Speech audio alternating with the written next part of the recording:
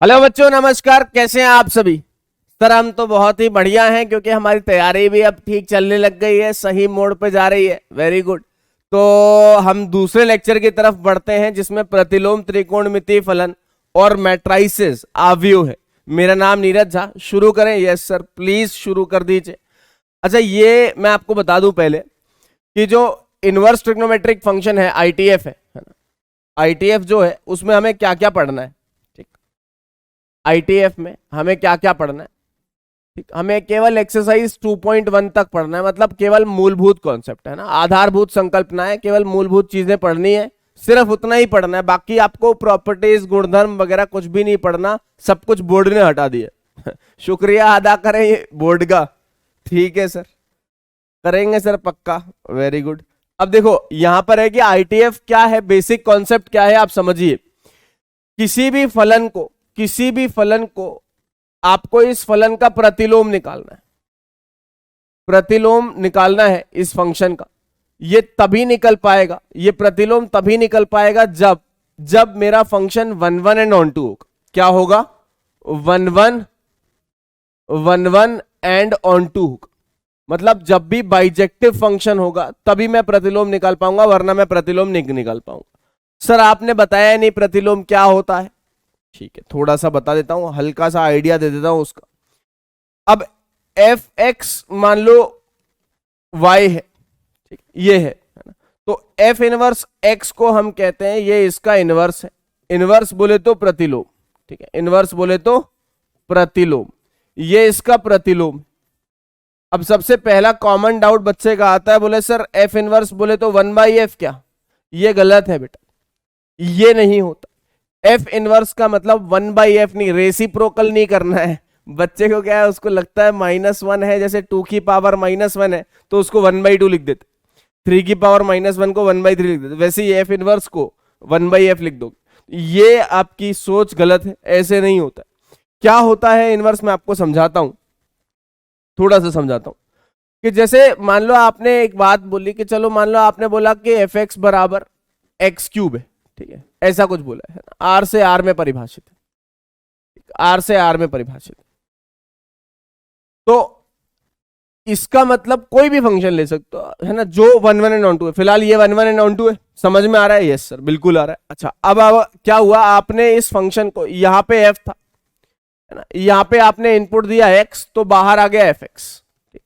अब ऐसा दोबारा एक और फंक्शन है, उस फंक्शन में आपने वापस एफ एक्स को इनपुट दिया, इसको आपने इस चीज में रखा। यहां पे कोई चीज है, मुझे नहीं पता क्या है, कोई भी चीज है, लेकिन सौभाग्य से क्या हो रहा है कि यहां पर एक्स वापस आ जा रहा है। जो आप इनपुट दे रहे हो, जो भी आपने शुरू में दिया, आपने एक इनपुट दिया, पहले कुछ आंसर मिला, उस आंसर को वापस दूसरी मशीन में दूसरी जगह घुसा दिया, बोले कि आप बताओ आंसर क्या आएगा, तो आंसर अब की बार एक्स आ रहा है। आंसर एक्स आ रहा है, मतलब इसका मतलब ये 100% ये इसका इन्वर्टिबल फंक्शन होगा, एफ इनवर्स एक्स होगा। तो ये छोटी सी एक कहानी है कि भाई एफ इनवर्स क्या होता है। ठीक, मतलब आपको ये बात समझ में आ रही होगी कि अच्छा फील तो आ ही रही होगी कि भाई ये वाली चीज इसमें गई, ये वाली चीज इसमें गई, तो यहां से इनवर्स निकल के आता। अब कहानी का जो सार है वो ये है कि आपको ऐसे समझना पड़ेगा। मान लीजिए फंक्शन ए से बी में डिफाइंड है, ए से बी में, ऐसे करके, अब आपको दिख रहा होगा ऐसे करके। तो जो एफ इनवर्स होता है वो बी से ए में परिभाषित होता है। आप समझ रहे हो? अब आपको समझ में आ रहा है? एफ जो होता है वो ए से बी में होता है, तो एफ इनवर्स जो होता है वो बी से ए में होता है। तो यहां से ये यहां गया, यहां से यहां गया, यहां से यहां गया, यहां से यहां गया, तो बी से ए में, यानी कि बी के अवयव और ए के अवयव, मान लो इसके अवयव मान लो ए बी सी और डी, तो यहां मान लेते हैं ए बी सी और डी, यहां 1 2 3 4, ये इसके साथ, ये इसके साथ, ये इसके साथ और ये इसके साथ, ये 1 ये 2 ये 3 और ये 4। तो एफ इनवर्स एफ एक्स जो है वो ऐसा है, तो एफ इनवर्स क्या होगा, बी से ए में होगा। अब आप खुद सोचिएगा कि 1 1 और ऑन 2 फंक्शन होना क्यों जरूरी है। 1 1 एंड ऑन 2 होना इसलिए जरूरी है कि मान लो इसने दो, ये वाला और ये वाले इनपुट पे सेम आउटपुट मिल गया, मतलब 1 पे ए मिल गया, 2 पे भी ए मिल गया, तो जब वापस लोगे तो एक इनपुट के 2 आउटपुट हो जाएंगे। ऐसा नहीं हो सकता है, बोला गया है ना। अब बताया गया है यार ऐसा नहीं हो सकता है। अगर ऐसा नहीं हो सकता इसका मतलब क्या हुआ, इसका मतलब फंक्शन को 1 1 एंड ऑन 2 होना आवश्यक है कि आप उसका प्रतिलोम इनवर्स निकाल पाए। ठीक, तो एक फंक्शन अगर ए से बी में परिभाषित है और इस प्रकार है, और दूसरा फंक्शन बी से ए में परिभाषित होना चाहिए, वो उसका इनवर्स होगा। ठीक, कब होगा, जब ये फंक्शन 1 1 एंड ऑन 2 होगा, मतलब एक ही होगा और आच्छादक होगा, एक ही और आच्छादक फलन होगा, तभी ऐसा हो पाएगा, वरना इनवर्स निकाल पाना पॉसिबल नहीं है। तो ऐसा नहीं है कि सभी फंक्शन का इनवर्स निकाल सकते हो, किसी का निकाल सकते हो, किसी का नहीं निकाल सकते हो, उसके लिए कंडीशन। अब तुम्हारे दिमाग में एक जहन में एक डाउट आ रहा होगा, सर आ तो रहा है, ठीक है, क्या डाउट आ रहा होगा जहन में, एक डाउट ये आता है कि सर आप बोल रहे हो इनवर्स ट्रिग्नोमेट्री, इनवर्स त्रिकोणमितीय फलन, आप ये कह रहे हो। मैंने कहा हाँ यार यही कह रहा हूं। तो सर मेरे दिमाग में ये बात समझ में नहीं आ रही कि अगर आईटीएफ की बात कर रहे हैं तो ये फंक्शन तो मैनी वन होता है। बहुत बढ़िया, वेरी गुड, समझदार लगते हो, है ना। मैनी वन होता है फंक्शन, लेकिन इस फंक्शन को हम इसको 1 1 एंड ऑन 2 बनाएंगे, तब इसका इनवर्स निकालेंगे। अरे हम डोमेन के साथ छेड़खानी करेंगे तो कुछ ना कुछ हो जाएगा, देखते हैं क्या होता। मैंने बोला चलो fx की बात रखी, fx की जगह sin x, fx की जगह sin x लिया, है ना, और इस sin x का ग्राफ बना लिया, फोटो बना लिया। कैसे फोटो बनाया, ऐसे करके। सबने sin x का ग्राफ तो पढ़ा होगा कम से कम, अरे पढ़ा होगा यार, सर पढ़ा है सर, मतलब देखा तो है एटलीस्ट, चलो बहुत बढ़िया, देखा है तो बहुत अच्छी बात है। अब देखो यहां पे क्या है ना, ये वाला पॉइंट ये 0 है, ये π/2 है, और ये माइनस का π/2। तो मैं एक ऐसा इंटरवल डोमेन में लेने जा रहा हूं, है ना, ध्यान से सुनिएगा वरना मिस हो जाएगा, ठीक है। मैं एक ऐसा इंटरवल डोमेन में लेने जा रहा हूं जिससे क्या होगा कि जो उसकी फंक्शन जो है वो 1 1 हो जाए। पहली चीज तो फलन को 1 1 करना है, तो मैंने फलन को -π/2 से π/2 में परिभाषित कर दिया। और अपने को यह भी पता है कि साइन थीटा कम से कम -1 होता है और अधिक से अधिक +1 होता है, ये तो यार सभी जानते हैं, मतलब यार हैं कोने कोने में हिंदुस्तान के लोग इस चीज से वाकिफ है कि साइन थीटा -1 से +1 के बीच में होता है। अगर ऐसा हुआ तो यार ये बताओ, मैंने इस फंक्शन को ऐसे परिभाषित किया, माइनस का π/2 से प्लस का π/2, और आउटपुट आ रहा है -1 से 1। क्या ये फंक्शन 1 1 एंड ऑन 2 हो गया? क्या ये फंक्शन एक ही हो गया? यस सर, ये एक ही हो गया। आच्छादक हो गया? जी सर, आच्छादक भी हो गया। क्यों हो गया? क्योंकि इसके सारे रेंज ये -1 से 1 के बीच में हर एक वैल्यू ले लेगा, तो जो रेंज आ रही है वही कोडोमेन आ रही है, जो प्रांत आ रहा है, जो मतलब परिसर आ रहा है वही सह प्रांत आ रहा है। इसका मतलब रेंज बराबर कोडोमेन, तो ये फंक्शन एक ही और आच्छादक हो गए, पक्की बात है। इसका मतलब अब मैं इसका इनवर्स प्रतिलोम निकालने में सक्षम हूं। क्यों? क्योंकि यार निकाल सकता हूं यार, मतलब मैं तो झूठ बोलता ही नहीं, है ना। तो इसको हम प्रतिलोम निकाल सकते हैं। अब प्रतिलोम निकालने के लिए हमने फंक्शन को ऐसे डिफाइन किया, ये साइन एक्स के लिए है। किसके लिए है? साइन एक्स के लिए। तो साइन इनवर्स एक्स के लिए क्या होगा? उल्टा हो जाएगा, -1 से 1 और -π/2 से π/2। तो यहां हम लिख देंगे साइन इनवर्स एक्स फंक्शन जो होगा वो कैसे परिभाषित होगा? वो परिभाषित होगा -1 से 1 और बाहर आएगा -π/2 से π/2। क्यों ऐसा हो रहा है बेटा? ये देखो, आप अब की बार इनपुट क्या दोगे?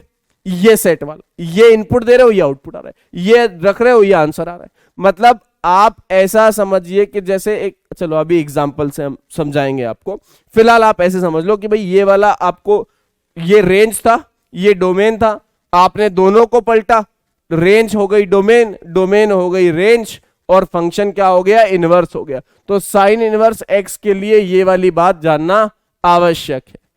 ठीक, आगे बढ़े, थोड़ा सा आगे बढ़े सर प्लीज, थोड़ा सा नहीं सर और आगे बढ़िए। अच्छा, कॉस के बारे में भी जान लेते हैं। तो हमने बोला एफ एक्स बराबर cos of x, F x बराबर कॉस ऑफ एक्स, ये लिया। अब इसका ग्राफ भी आपको पता होगा। सर कितने ग्राफ छेड़ोगे सर आप? यार मतलब अब मेरी तो मजबूरी है ना, मतलब अब मरता क्या ना करता तो बताना पड़ेगा ना ग्राफ तो यार, थोड़ा थोड़ा तो आपको आता होगा, मतलब पिछले लेक्चर में भी बताया था यार, आना चाहिए ना थोड़ा थोड़ा तो। सर आएगा सर, कोई दिक्कत नहीं है, आप तो जान दो सर, ठीक है जान देते हैं।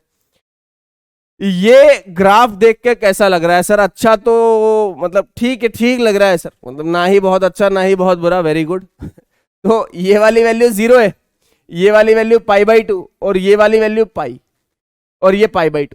तो मैंने क्या किया, मैंने 0 से पाई में इसको काट दिया। मैंने बोला एक काम करते हैं, cos x को 0 से पाई में परिभाषित करते हैं, 0 से पाई। उससे क्या होगा, उससे इसकी वैल्यू -1 से 1 के मध्य आ जाएगी। आएगी ना? अरे आएगी ना, आएगी सर, एकदम आएगी। है, बूझ रहे हो सर? एकदम बूझ रहे हैं सर, जान दो आप तो, जान दो सर, ठीक है। तो 0 से पाई अगर आपने डोमेन ली तो रेंज में आंसर -1 से 1 आएगा, -1 से +1 आएगा, ये पक्की बात है, ये होना ही है, ठीक। अब अगर इनवर्स की बात करें तो अच्छा, फंक्शन 1 1 and 2 हो गया क्या सर? कैसे हो गया? एकदम गधा हो गया यार। देखो इधर, अगर मैं ऐसे बनाऊं, केवल इतना हिस्सा बनाऊं, तो क्या मतलब 1 1 and 2 नहीं होगा? कैसी बात कर रहे हो? देख लो, एक ही जगह कट करेगा, है ना, और -1 से 1 पूरा वैल्यू ले रहा है, तो 1 1 and 2 हो गया। इसका मतलब यदि अब मैं इनवर्स निकालूंगा तो काम हो जाएगा सर? बिल्कुल काम हो जाएगा। तो F इनवर्स x बराबर cos इनवर्स x, ऐसा कर लेते हैं। अब की बार मैंने क्या किया, fx को cos इनवर्स x रख दिया। अच्छा, ये वाला fx और ये वाला fx अलग है यार, चलो मैं gx मान ले रहा हूं, ठीक है।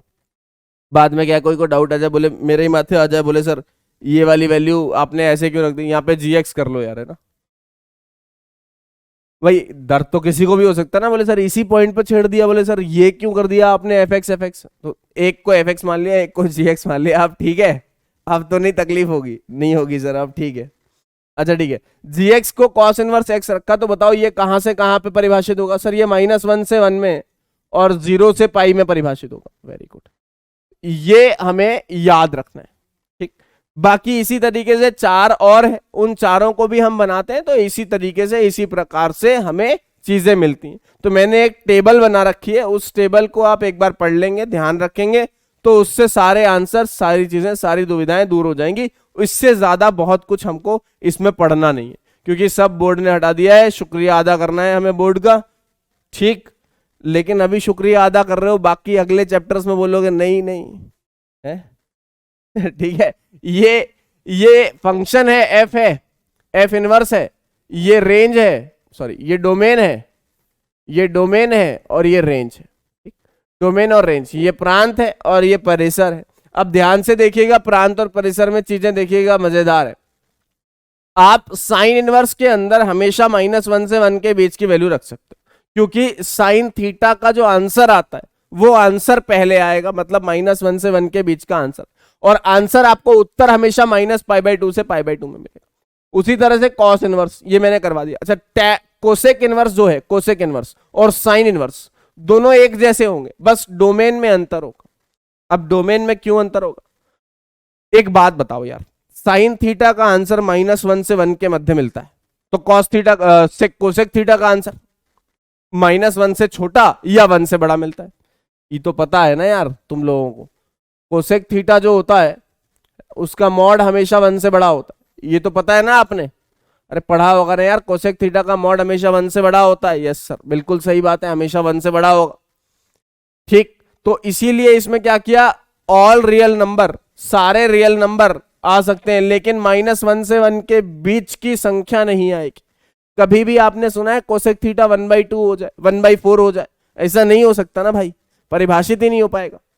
समझ रहे हो ना? है, हाँ सर समझ रहे हैं सर, ठीक है। तो ये वाली वैल्यू, अच्छा ये जैसा है, ये दोनों भाई भाई है डोमेन में, डोमेन में दोनों एक जैसे हैं बिल्कुल, है ना। इसके लिए भी ऐसा है, इसके लिए भी ऐसा है, उसी तरीके से tan वाले भी डोमेन में एक जैसे। अच्छा आंसर देखो, आंसर में मजा आएगा। कोसेक इनवर्स में आंसर में -π/2 से π/2, मतलब जो साइन वाली है ना, साइन का भाई ये रहा और इसका ये रहा, ये आंसर सेम देंगे। बस समस्या क्या होगी, कोसेक के अंदर 0 नहीं आ सकता। अब बच्चा पूछेगा कि सर 0 क्यों नहीं आ सकता? Very good question, you are a very good question. क्यों? क्योंकि अगर मैं कहूं कोसेक थीटा 0 हो जाए, ऐसा मान लो, या आप कोसेक 0 की वैल्यू निकालो, कोसेक 0 की वैल्यू निकालो, चलो ठीक है। क्या आप निकाल सकते हो?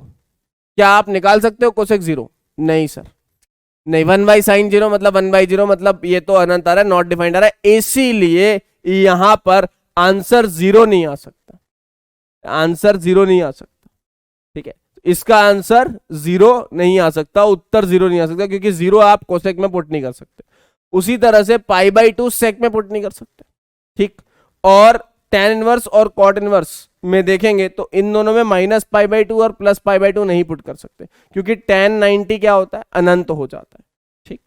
tan 90 अनंत हो जाता है और -π/2 भी अनंत हो जाता है, आप दोनों पुट नहीं कर सकते, रख नहीं सकते। इसी तरह से अगर आप देखें यहां पर तो cot में आप 0 और पाई नहीं रख सकते, ठीक। एक बड़ी अच्छी बात यहां पर दिख रही है, कॉमन दिख रहा है कुछ।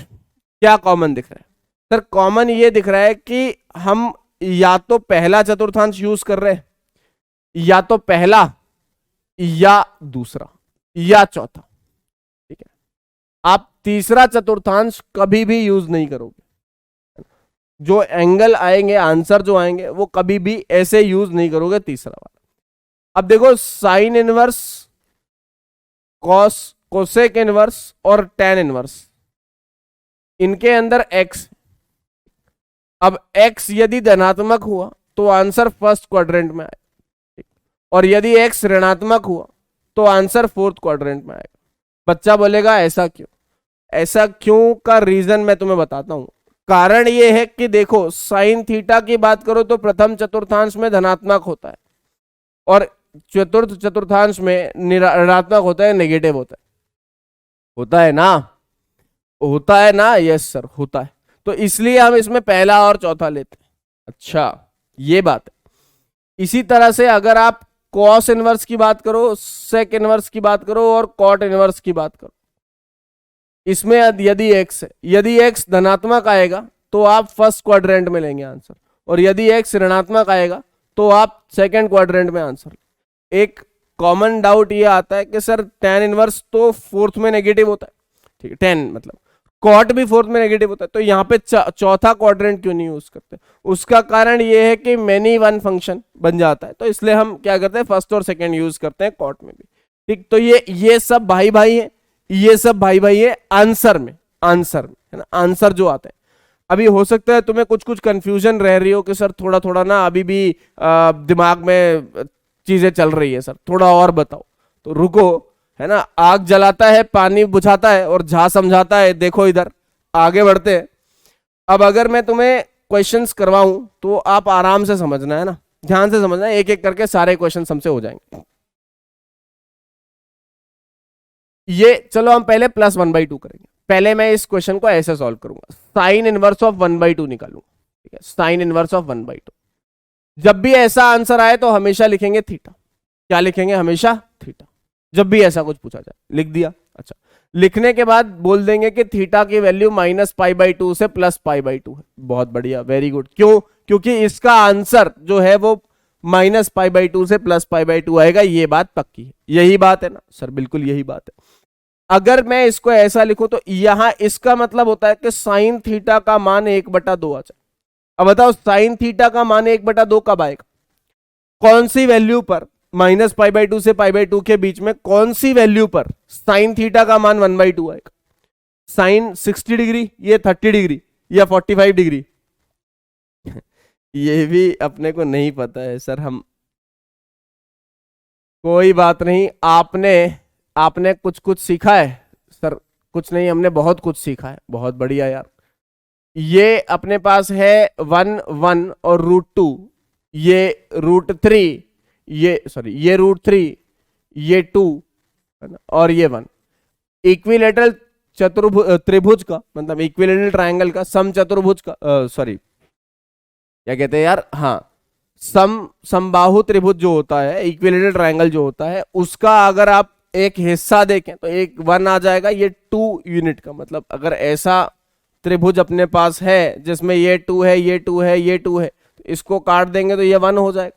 तो यहां से ये 60 डिग्री आ, ठीक है, और ये आ गया 30 डिग्री। अब आप चाहो तो यहां से साइन कॉस टेन सब निकाल सकते हो। ऐसा तो पढ़े ही होगे, पंडित भोला प्रसाद हर हर बोले, ऐसा पढ़े होगे ना सर? पढ़े हैं सर। ये वाला साइन हो जाता है, ये वाला कॉस हो जाता है और ये वाला टेन हो जाता है ना? ठीक है, अरे ऐसे पढ़े होगे ना? पढ़े हैं सर, एकदम पढ़े हैं। ठीक है, तो इसमें एक और बात होती है, वैसे तो तुम कहोगे तो बताऊंगा वरना नहीं बताऊंगा। ठीक है सर, बताओ सर, जान दो। अच्छा चलो छोड़ो, रहने दो। 2 1 √3, √2 1 और 1। अच्छा, अब यहाँ पे अगर आ रहा है 60 डिग्री 30 डिग्री, तो यहाँ पे अगर मैं साइन 30 की बात करूं, साइन 30, साइन 30 की वैल्यू, तो साइन 30 मतलब परपेंडिकुलर अपॉन हाइपोटेनस। परपेंडिकुलर वो होता है जिस भी कोण के लिए बात कर रहे हो उससे सामने वाली साइड, तो ये 1/2 है। इसलिए अब आप ध्यान से निकाल लीजिएगा। ठीक, खुद से निकाल सकते हैं, मतलब इतनी तो नॉलेज आपको थोड़ी थोड़ी तो होनी चाहिए ना यार। सर थोड़ी थोड़ी तो होगी ही ना, आप तो जान दो आगे। अच्छा, साइन थीटा 1/2 है तो थीटा कितना होगा सर? थीटा होगा π/6, 30 डिग्री। ये आंसर हो गया, खत्म हो गया क्वेश्चन। आगे चलते हैं। कॉस इनवर्स, अच्छा एक मिनट, यहाँ पे माइनस था ना, मैंने तो प्लस वाला बता दिया, माइनस वाला बताया ही नहीं सर। नहीं बताया सर, ओके कोई बात नहीं। यदि आपको कभी ऐसा लिखने को आ जाए, ठीक, कभी आपको ऐसा लिखने को आ जाए, तो आप क्या करो, इसको लिख दो, इसको लिख दो माइनस थीटा, दैट्स इट। क्योंकि आंसर आपको कहां चाहिए? चतुर्थ क्वाड्रेंट में। नेगेटिव है ना, तो फोर्थ में चाहिए ना, तो बस आप यहां से उत्तर लिख सकते हैं। थीटा की मतलब इसका, अगर आप इसको भी थीटा लेना चाहें, चलो इसको अल्फा ले लो, तो साइन अल्फा का वैल्यू -1/2। तो बताओ ये 1/2 कब हो रहा था? π/6 पे हो रहा था, तो माइनस का π/6। बस माइनस लगा देंगे इस आंसर में, दैट्स इट। इस आंसर में आप माइनस लगा दीजिएगा। ठीक, इनके लिए, इनके लिए अभी कॉस वाले में माइनस में कुछ और लोचा है। फिलहाल आपको ये समझ में आ गया, प्लस वाला ऐसे निकाल लिया, प्लस वाला निकालने के बाद अब तो ये खैर कोई दिक्कत ही नहीं है, अल्फा रख दिया और यहाँ पे वैल्यू निकल के आ जाएगी साइन अल्फा -1/2, तो साइन तो अल्फा का वैल्यू, अल्फा का वैल्यू माइनस का π/6। खत्म। ठीक है जी सर, बिल्कुल सही है। प्रॉपर्टी नहीं पढ़नी इसलिए प्रॉपर्टी में नहीं जाएंगे बेटा। कॉस इनवर्स √3/2 की बात करें, चलो फिर से वही चीज, कॉस इनवर्स ऑफ √3/2 को वापिस माना थीटा, और अब की बार तो जो होना था हो गया मेरे यार। ठीक है, यस सर ठीक है, अब अगली बार देखेंगे।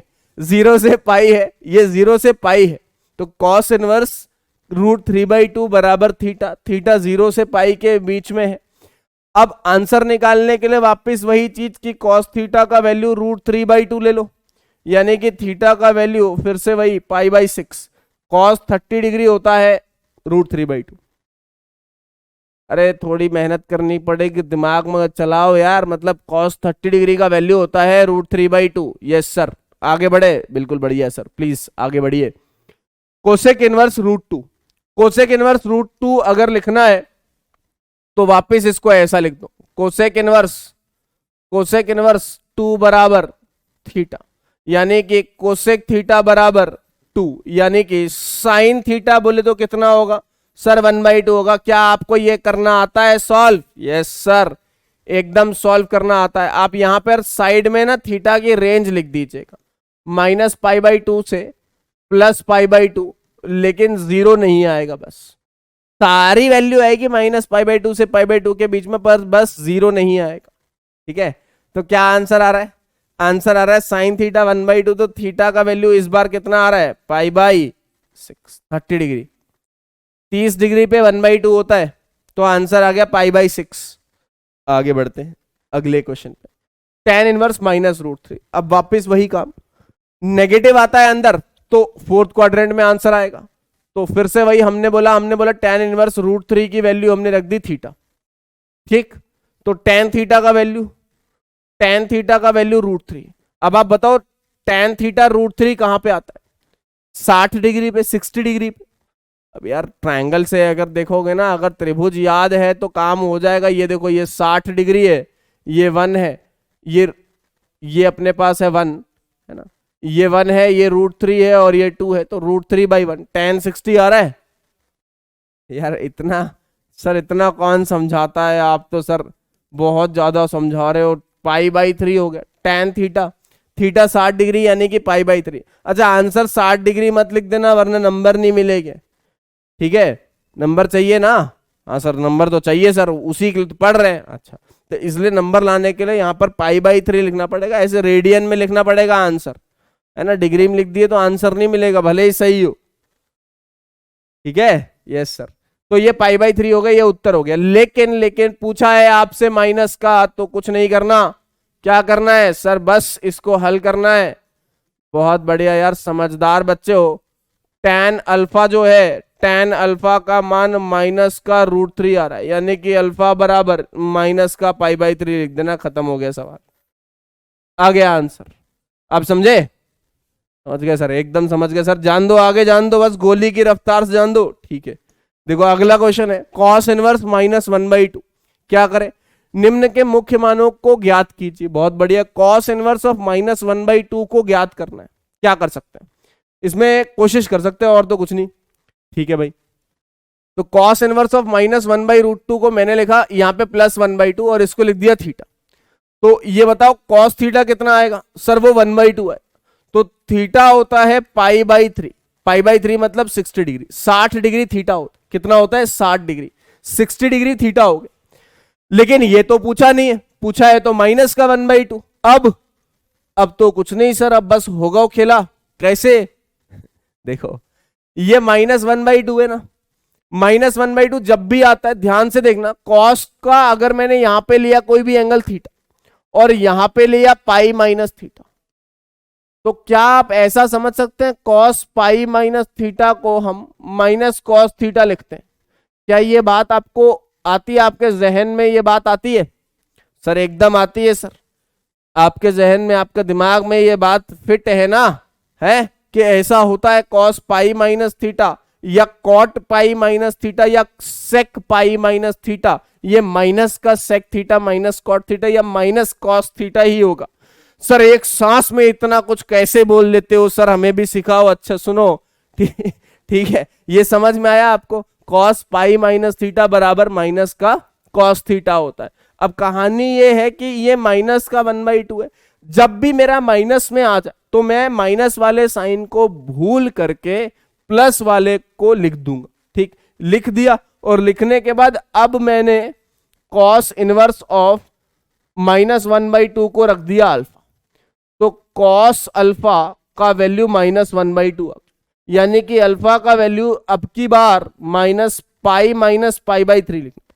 पाई में से इस एंगल को घटा दो, बस पाई में से इस एंगल को घटा दो, तो ये आ गया 2 पाई बाई 3। आप सभी जानते हैं आंसर आएगा ये, ठीक, आपको सबको पता है ना कि 2 पाई बाई 3 मतलब 120 डिग्री जो होता है वो -1/2 होता है ना। ये तो कई बार सवालों में भी यूज होता है यार, ठीक है।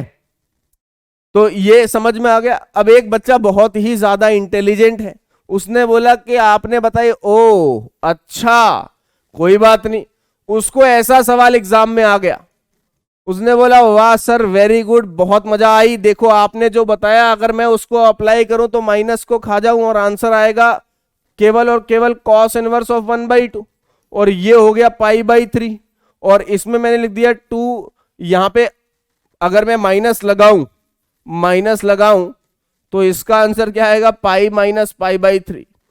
ये तो भाई देखो ऐसा है कि आपने क्या करा है, गद्दारी करी है। क्यों सर, मैं जो बता रहा हूं वो बात सुनी नहीं रहे, कुछ भी लगा दे रहे हो अपने मन से, गलत है ये, ठीक है।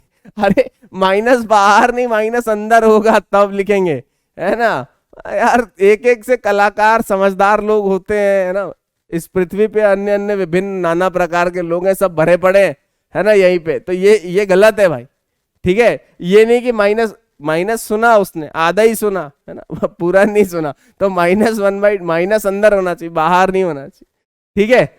तो बस इतनी सी कहानी है आईटीएफ की, है ना। एक दो क्वेश्चन और कर लेंगे छोटे छोटे और ये कहानी खत्म हो जाएगी। चलिए एक क्वेश्चन और कर लेते हैं। अब जैसे ये सवाल है ना, ऐसा करके कुछ 1 नंबर का सवाल आ गया, छोटा सा ही सवाल आएगा, आपको ज्यादा क्वेश्चन, बड़ा क्वेश्चन आएगा ही नहीं, क्योंकि उतना है ही नहीं पढ़ाने को आईटीएफ में, तो ज्यादा बड़ा आ ही नहीं सकता सवाल। अब बोल रहा है tan inverse 1 plus cos inverse of -1/2 plus sine inverse of -1/2। अब ध्यान से देखना, सबको अलग अलग निकाल लो, सबको अलग अलग निकाल लो। तो tan इनवर्स 1 निकाल लेते हैं, इसको मान लिया थीटा, या चलो अल्फा मान लो। तो tan अल्फा क्या हो गया बेटा, tan अल्फा हो गया 1, यानी कि अल्फा का वैल्यू π/4। बहुत बढ़िया, वेरी गुड, एकदम अच्छी बात। cos इनवर्स -1/2 ये हम निकाल चुके हैं, ये निकाल चुके हैं ना, मतलब आप वहां से छाप सकते हो ना इसको, इम्तिहान में तो आपको पूरा लिखना पड़ेगा, पर मैं निकाल चुका हूं तो मैं दोबारा नहीं निकाल रहा। ठीक है ना यार, इतना रहम खाओगे ना सर, बिल्कुल रहम खाएंगे सर। आप सर कैसी बात करते हो, खाएंगे सर रहम हम इतना तो। अच्छा, उसके बाद तीसरा वाला जो था, मान लो इसको बीटा मान लेना, इसको हम गामा मान लेंगे, साइन इनवर्स ऑफ -1/2 को गामा मान लेंगे। ये भी हम निकाल चुके हैं, अभी निकाल चुके हैं ना यार। ये वाली वैल्यू कितनी आ रही थी, माइनस का π/6 आ रही थी। Yes sir. अब अल्फा बीटा और गामा को योग कर दो, जोड़ दो, जोड़ दे सर, बिल्कुल जोड़ दो बेटा, एकदम बिना सोचे समझे जोड़ दो, बस जोड़ देते हैं सर। π/4 प्लस 2π/3 और माइनस का π/6, क्या करें, कुछ मत करो, सॉल्व कर लो। कितना आ रहा है, ये आ रहा है 2π/3 माइनस π/6, यानी कि 4 - 1 3π/6, π/2। ये आ रहा है π/4 प्लस π/2, यानी कि 3π/4 मेरा आंसर आ रहा है। 3π/4 मेरा उत्तर आ रहा है, ये आंसर आ रहा है। चलेगा सर, एकदम चलेगा, दौड़ेगा सर, जान दो इसको। वेरी गुड, ठीक है ना, 3π/4 मेरा उत्तर आ रहा है। अरे ठीक है भाई सर, ठीक है सर, कोई नहीं, सही है ये। अच्छा, ये इम्तिहान में मत लिख देना कि जैसे वो गाइड वाइड में नहीं लिखा होता कि पुराने सवाल को देखें, इसके लिए सवाल हल 1 की तरह हल करें, सवाल 2 की तरह हल करें। एग्जाम में मतलब एक हमारा मित्र था बहुत बड़ा पुराना, तो हमने बताया कि भाई ठीक है, ऐसे ऐसे पढ़ाई करनी है, ऐसे ऐसे करनी, जब हम पढ़ते थे तब की बात है। तो क्या किया, बोले अच्छा भाई, जो तुम बताए थे ना हम वही करके आए। हमने कहा बताओ क्या करके आए हो, तो उसने बोला कि यहाँ पर जैसे लिखा होता है कि जैसे आंसर लिखा होता है, तो ऐसा लिखा होता है रेफर टू क्वेश्चन नंबर 1। वो बोला कि एक एक लाइन के आंसर थे, अब तो पूरे नंबर लाने से भगवान भी नहीं रोक सकता। हमने कहा बहुत बढ़िया, वेरी गुड, तुम्हें तो पूरे नंबर मिलने ही चाहिए। ठीक है, आगे बढ़ते हैं। तो ऐसे ऐसे ना करें प्लीज, इसको पूरा पूरा हल करें, ठीक। अच्छा, अगला क्वेश्चन है, लास्ट क्वेश्चन, एक और है शायद, cos इनवर्स 1/2 और 2 sin इनवर्स 1/2। अब आप बहुत ही आसानी से समझ सकते हैं, ये वाली वैल्यू है π/3 और 2 sin इनवर्स 1/2, तो वापस वही sin इनवर्स 1/2 को माना थीटा, तो बताओ थीटा कितना आता है, π/6 आता है। जी सर, π/6 मतलब 30 डिग्री आता है, बता चुका हूं आपको। यस सर, तो ये 2 × π/6 लिख दिया, तो ये भी π/3 हो गया, π/3 2π/3, ये मेरा उत्तर हो गया, ये हो गया आंसर। एक नंबर का सवाल आएगा तो इतना थोड़ी यार, बस इतना ही कर दो। देखो पंडित आदमी हो, एक सही सलाह दूंगा, जितनी दक्षिणा दी जाए उतनी पूजा करो, समझे। यस सर, एक नंबर का सवाल है, इतना काम बहुत है। आगे बढ़े प्लीज सर, बढ़िया आगे। अच्छा, आखिरी सवाल यार, ये एनसीईआरटी का ही सवाल है, साइन इनवर्स x बराबर y। मान लो ये ऑब्जेक्टिव वाला आ गया, मतलब 4-5 सवाल तो आपको ऑब्जेक्टिव भी मिलेंगे ना, एक एक नंबर के, चॉइस वाले, ठीक है। तो आपने क्या किया, साइन इनवर्स x को y रख दिया। अब बोले कि y का मान क्या है, y का मान, ये तो गलत है, ये हो सकता था लेकिन ये भी गलत है, क्योंकि -π/2 और π/2 को इक्वेलिटी में नहीं डाला। ये आंसर सही है, यही तो पढ़ा रहे हैं आपको। अरे यही तो पढ़ा रहे हैं भाई। यस सर, यही पढ़ा रहे हो सर, जान दो सर आगे, पक्का सर, बिल्कुल पक्का, एकदम एकदम 16 आने सत्य सर। एक आखिरी सवाल कर लो बस, लास्ट क्वेश्चन, लास्ट एकदम अंतिम सवाल। tan इनवर्स √3 अगर लिखा है, क्या करें, tan इनवर्स √3 को मान लो थीटा। यार एक काम करो, इसको tan की जगह cot कर लो, ठीक है, ताकि क्या है, मैंने cot वाला एक भी सवाल नहीं कराया ना। cot इनवर्स √3 को मान लिया थीटा, ठीक। तो cot इनवर्स √3 थीटा हो गया, तो cot थीटा कितना होगा, ये √3 हो जाएगा, यानी कि थीटा की वैल्यू π/6 हो जाएगी, 30 डिग्री होता, cot 30 होता है √3। Yes sir, sec inverse of -2 की बात करते हैं, तो सेक इनवर्स ऑफ -2 बोले तो थीटा मान ली, है ना, -2 नहीं, सेक इनवर्स ऑफ 2 को मान लो अल्फा, तो सेक अल्फा कितना हो गया सर, वो हो गया 2, यानी कि अल्फा का वैल्यू सेक अल्फा, भाई कॉस अल्फा कितना होता है 1/2 होगा, यानी कि 1/2 आता है π/3 पे, 60 डिग्री पे आता है। जैसे ही 60 डिग्री पे आया तो इसका मतलब सेक इनवर्स ऑफ -2 की बात करें सेक इनवर्स ऑफ -2 की बात करें तो यह आ जाएगा pi minus pi by 3, pi minus pi by, यानी कि 2 पाई बाई 3। ये वाली वैल्यू 2 पाई बाई 3। अब 2 पाई बाई 3 में पाई बाई 6 जोड़ देते हैं, तो जो मेरा उत्तर आएगा वो आएगा 2 pi by 3 plus pi by 6। जोड़िए जरा, कितना आ रहा है यार? ये आ रहा है 4 + 1 5 पाई बाई 6, और 5 पाई बाई 6 तो खैर कहीं आंसर में ही नहीं है, तो हम इस ऑप्शन को चेंज कर लेंगे 5 पाई बाई 6। चेंज इसलिए किया है बेटा क्योंकि मैंने कॉट वाला कोई भी सवाल नहीं करवाया था, इसलिए चेंज कर लिया। बाकी तो कोई दिक्कत नहीं है। आप यहाँ पर मतलब मैंने कॉट इनवर्स लिख दिया है ना, यहाँ पे ये कॉट इनवर्स है, ठीक है, आसानी से समझ में आ जाएगा। कुछ भी नहीं करना, ये कॉट थीटा वाली वैल्यू निकाल ली, पाई बाई 6 30 डिग्री 30 डिग्री। अच्छा ये 120 डिग्री हो तो 30 में माइनस है क्या? अपन ने गड़बड़ कर दिया है, तो 2 pi by 3 minus pi by 6 कर लो, कोई बात नहीं। 2 pi by 3 minus pi by 6 कर लेते हैं, कितना आ रहा है? 3 पाई बाई 6, यानी कि पाई बाई 2 आ रहा है। मतलब 120 डिग्री में से 30 डिग्री कम कर दिया तो 90 डिग्री आ रहा है, पाई बाई 2। तो हम यार ये इसको कर लेंगे चेंज। खुश? एकदम खुश हैं सर। मेरे कहने का मतलब ये है कि ये वाली वैल्यू हमने चेक करी, ये वाली वैल्यू चेक करी, दोनों को सॉल्व किया अलग अलग और बीच में माइनस निकाल दिया। ये थीटा मान लिया, ये अल्फा मान लिया, थीटा का वैल्यू ये रहा, अल्फा का वैल्यू ये रहा, थीटा माइनस अल्फा पूछा था तो निकाल लिया, ठीक है। यस सर, तो ये हो गया ITF।